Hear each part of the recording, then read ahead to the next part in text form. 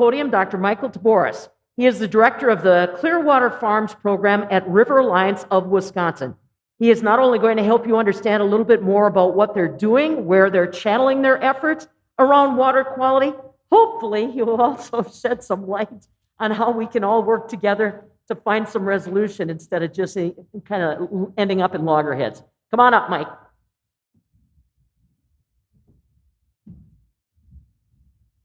Thanks, Pam, and thanks for including me and inviting me here. I'm real excited to be here. I'm gonna try to get the energy up this mid-afternoon stuff. We gotta power through it. So I'm Mike Tiboris. I'm the director of the Clearwater Farms program at the River Alliance of Wisconsin. River Alliance, for nearly 30 years, has empowered Wisconsinites to protect and restore the water of the state. We advocate for clean water, we implement projects, and we extend the power of the many small lake and river associations that are in the state. The Clearwater Farms program is our agricultural water program, and a big part of that is that we engage directly with farmers across the state, in especially the producer-led groups, to extend the power of those groups, to listen to them, to find good leading actors in those programs, to carry their message forward, and to advocate for their needs. I'm incredibly inspired by those groups. They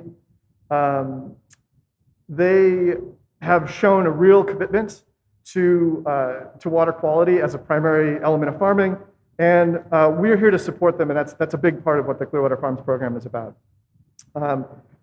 I'm also really impressed not only by their commitment to change in farming practices, to putting water quality at the center of what they do as farmers, but also being willing to speak about it and to advocate about it more broadly. And we want to be conducive to exactly that. And so just as an example of that, we've worked with a whole wide range of farms, not just small ones, not just people who are doing non-conventional systems, but large farms like Miltram Farms in Marathon County.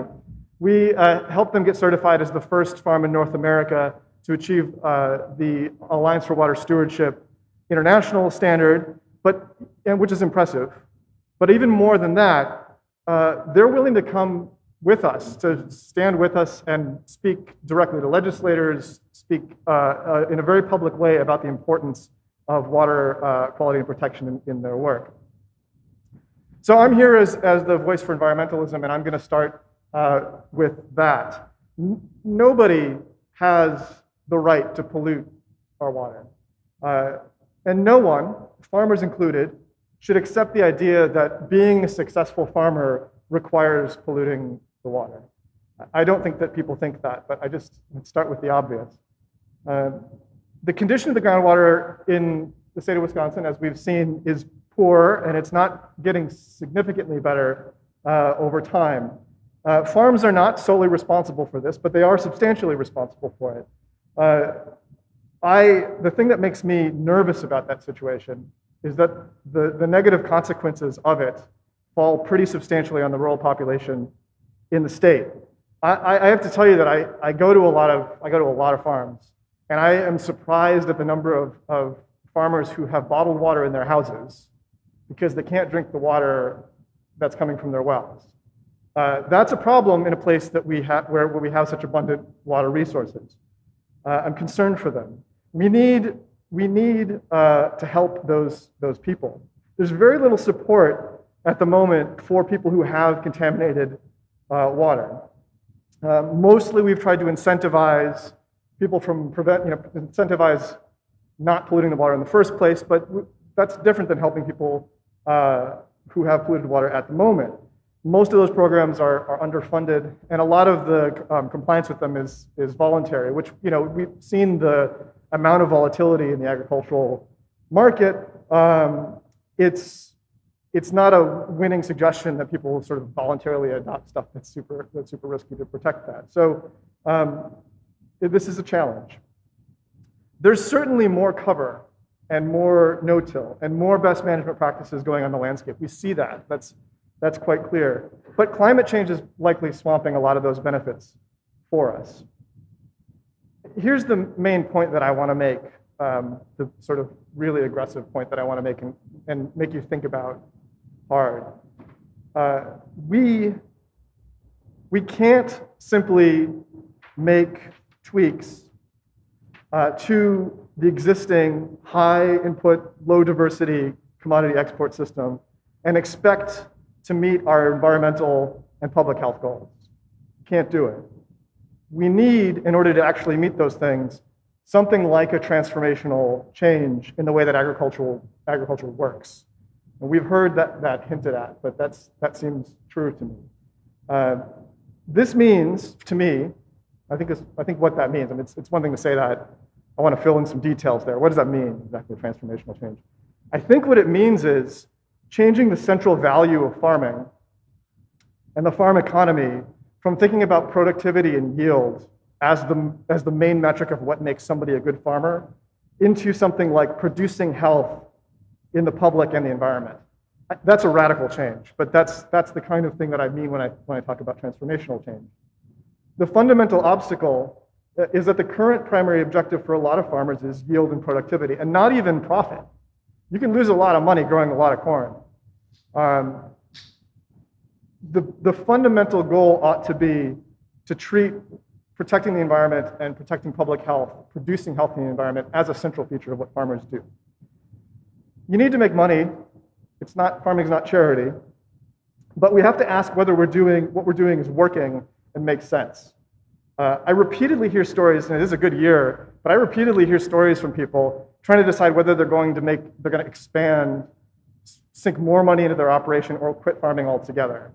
If we have an agriculture system where people are choosing either to quit farming, our options are lose money farming and pollute the environment or get out of it, that's not a good system. Something's broken there, and you have to kind of wonder who benefits from that sort of system. Many farmers are, to be quite clear, adding cover crops, interseeding, doing no-till, nutrient management plans, and other best management practices. They're certainly doing that. These are all necessary, but we all know that they're not sufficient to get us to where we would need to be if we actually wanted to bring water quality up to safe standards. So as a result, if we're going to approach this stuff without thinking about fundamentally changing the way that agriculture works, all of these things become additional costs on top of operating a farm. And so they become unattractive because they raise the cost of farming. They're something that takes away from profitability rather than advancing it. However, if these practices aren't done, then those costs are passed on to the general public, consumers, in the form of lower health and the need to avoid contaminated water. What if the agricultural industry in this state and elsewhere started to treat water quality, soil health, and healthy food access as the central feature of what farmers do rather than yield? What if we worked together to ensure, through the normal support mechanisms, I don't mean just through sort of like a revolution in the way that farmers think about what they do. That's important. But I mean, what if we actually spent the money and made the policy and put serious effort into making that the preferred system, where you made money was treating water quality as a central feature of farming?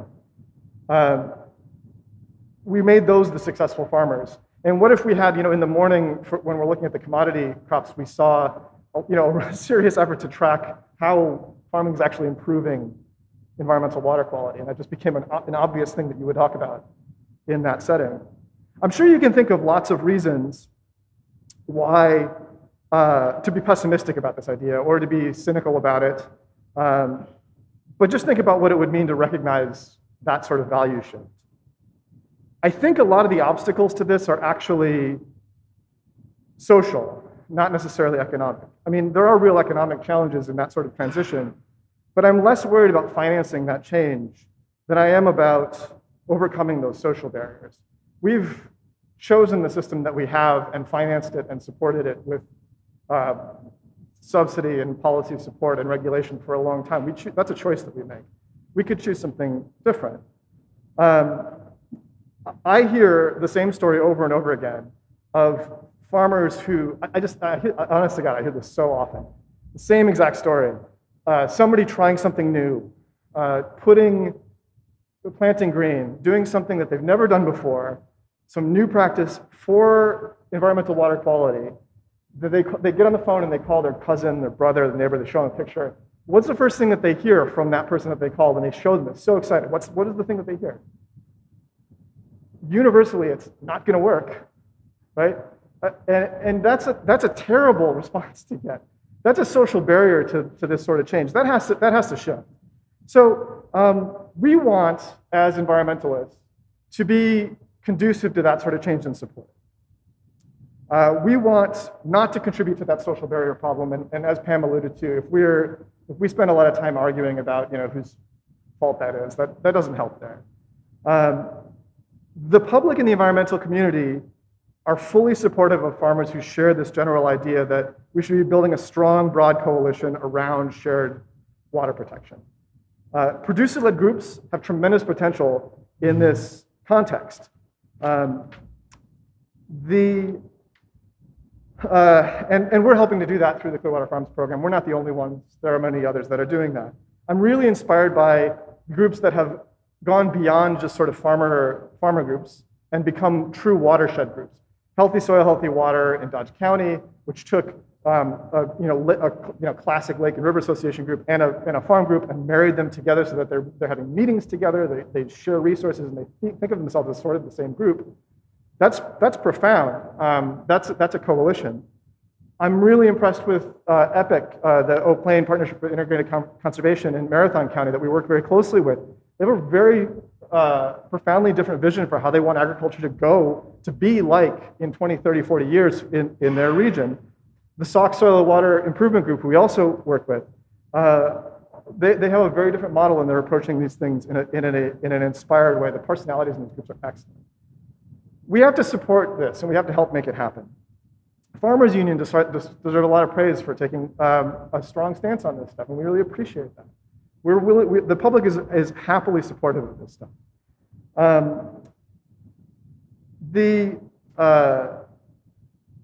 So if this can't be achieved, however, I think that farmers will eventually lose their social license to practice. Maybe not tomorrow, but eventually. It'll become increasingly expensive to operate a farm, business, and the more centralized these operations get, the higher the regulatory burden on them will be. I think we should expect that. I hear farmers say a lot, we do what we do because the consumers demand it. So we're just sort of responding to that. But people who drink water are consumers too. And I'm telling you, if the water quality gets bad enough, they will buy bottled water and not milk. There's a notion of efficiency that the water, we can achieve water quality just through sort of efficiency of use of nutrients, and that we're getting to something more sustainable through that.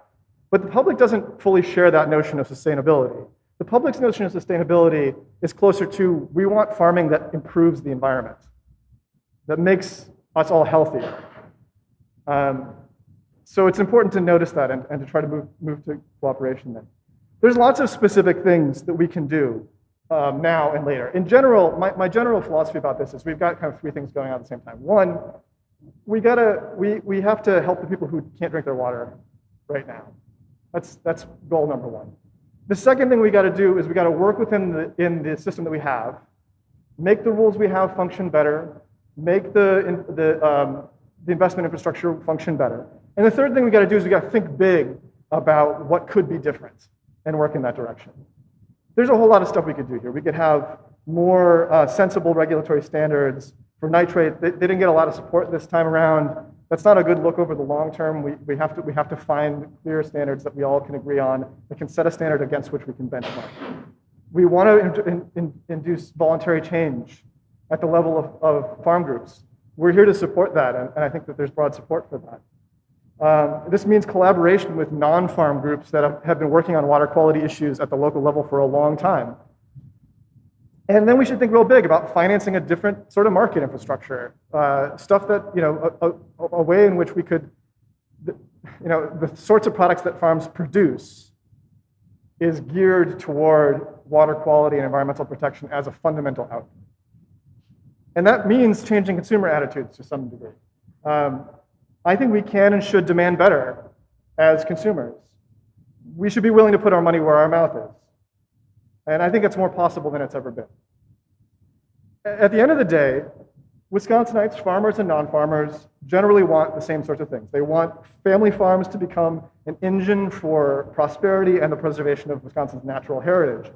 You can laugh at the grand thing that I'm suggesting here. It sure seems daunting. Changing the environment is slow. But social commitment, social infrastructure, and collaboration are what makes long-term change not only possible, but lasting. If we can't work together on this, then the future is very hard indeed. Thanks.